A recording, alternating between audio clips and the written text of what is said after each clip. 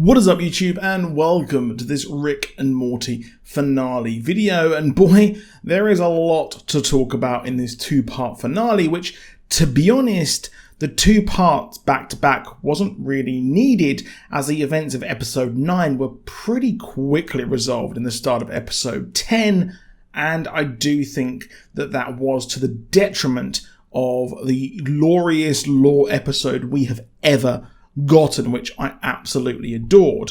Now, the cold open for episode 9 was pretty hilarious and continues on with the theme with Morty trying to strike out on his own and be free of Rick, which has pretty much been the theme mostly of this season. But despite this, Morty not being his Morty really, they are drawn together, and I wonder if they will explore that next season. Now, Morty messes up and gets portal fluid on him. I did crack up that he did mix it with Mountain Dew and meets a fellow Rick victim, for a lack of a better term, and Rick even made a wheel of fortune to prove how much he doesn't actually need Morty, and ended up on 2 crows, which, yeah, that was a bit laboured at the start but did get pretty funny. However, I found it hilarious that the higher power of the crows and the dark crystal homage was pretty good, but for whatever reason, the whole episode just did not click with me. The Portal Boys had so much potential for what they could be, but making the guy simply just be a guy who followed Rick to steal his portal gun was a bit naff. And I think having Morty go off on his own adventures of him would have been pretty good and lead to Rick maybe being jealous, which would be a bit more interesting. However, in episode 10, we did get an anime intro with Crow Rick and his crows and crow horse. Man, he's really doubled down into this new life, going off to find himself and take out villains and rivals of the crows. Rick is off living his life and learning more of himself, and Morty pathetically tries to reach out to Rick, but Rick rejects him as he's happy living his life with the crows. And we see a stunning anime intro. I love what they've done with this. And we even, to promote this episode, had Christopher Lloyd, and I think it was the kid from It as well, be a live action Rick and Morty, which I think broke the internet as well when they revealed that. But we learned the crows were using him as a rebound while Rick was too. But hold on, wait. I thought the crows started to gain sentiency from Rick and be trained. Anyway. Now, old man Morty, who lied, had lied and said that there had been 40 years between when we saw him at the start and when he pops up again. But, well, he's saved by Rick, as it was simply a lie that Morty used to try and get him back, and he used an age serum from the Citadel, and oh boy, the Citadel episode is awesome, much to Rick's surprise there, as he says, "We're going in there quick," and they do reference at the fact that this was very rushed. Now here the episode becomes great in my opinion as we land in President Rick's Citadel. Of course we know that Evil Rick is the president in the greatest, in my opinion, Rick and Morty episodes of all time, Tales from the Citadel. However, 4 years later we finally got a payoff as we see he has turned the Citadel into a bastion of life and splendor, with the Andy making me laugh as it's foreshadowing that Rick and Morty's need to be together.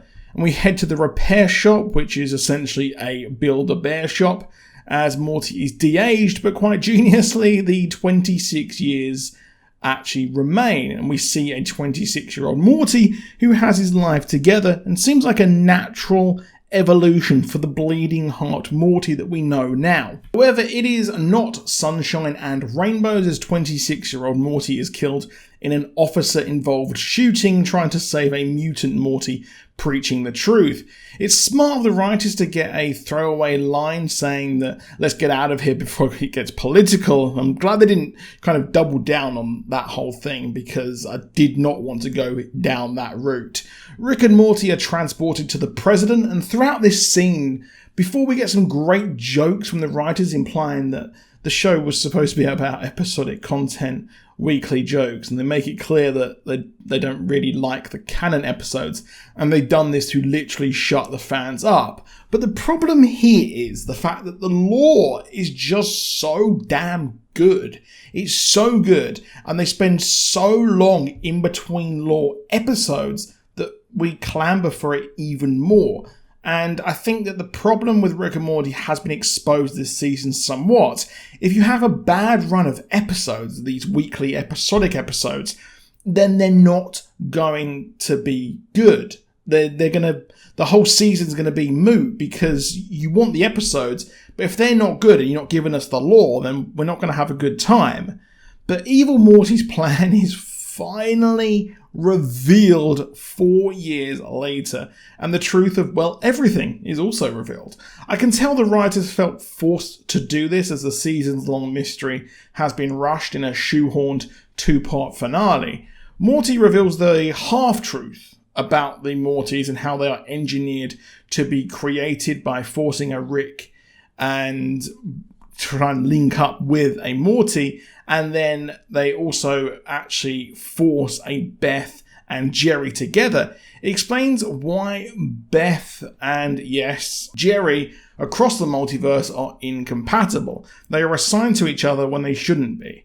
A Morty is assigned to each Rick, despite that Rick, if horrible or not, but this is the half-truth, as there is a reason why this happened, but it's a bit muddled.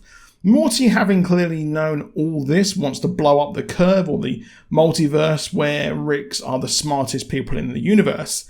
To explain why, we jump the shark, as Rick calls it, and finally hear of Rick's history. Just like the episode where the Federation looked into his memories, Rick's Beth and Diane were killed by the Rick who came to him and showed him the idea of having a life travelling with the portal gun. As we know in Season 3, he did not want to do that.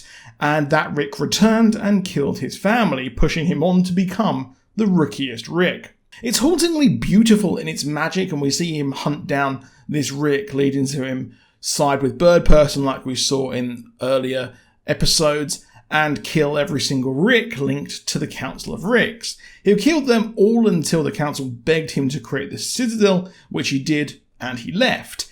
He essentially wanted to actually hunt down that guy, which I'm not sure if he's killed him or not. If I missed that, let me know in the comments. The Citadel had all the universes where Rick is the smartest in the universe bound to infinity, meaning there was no escape for Mortys. They would have to always end up with a Rick, except beyond the curve. Evil Morty wants to break through this and reach a place where he can be free of Rick. Hey, maybe he's not so evil, but, well, he is, as the execution is atrocious and genocide as he kills thousands of Mortys in the process. This season has been about Rick and Morty rediscovering they are indeed destined to actually hang out and go on adventures, which what happens if they split up for realsies is you get Evil Morty. Evil Morty heads through the Interstellar style kind of scene and to a brand new universe free of canon, the council and everything. He can truly be free, but he's lost without a Rick, and in some ways it was a necessary evil, but I really like the grey area ending of Evil Morty. His portal gun has changed to yellow. It's not green, meaning he is not bound to each of these different worlds. And it's quite interesting that the green portals would only head to universes where Rick is the smartest. That's quite clever. It's a landing that was impossible to stick, like with Game of Thrones and other major endings, but this, I think they pretty much nailed it. Rick and Morty is sort of like an MMO in its storytelling, where we wait for big cinematics to push the general lore forward, but we have a blast in our random adventures in between. The finale may be a bit confusing for casual fans, but essentially Evil Morty wanted our Rick as he invented the Citadel and the infinite loop of Ricks always controlling a Morty. The pairing exists to keep Ricks grounded, otherwise they become just like the guy who killed our Rick's family.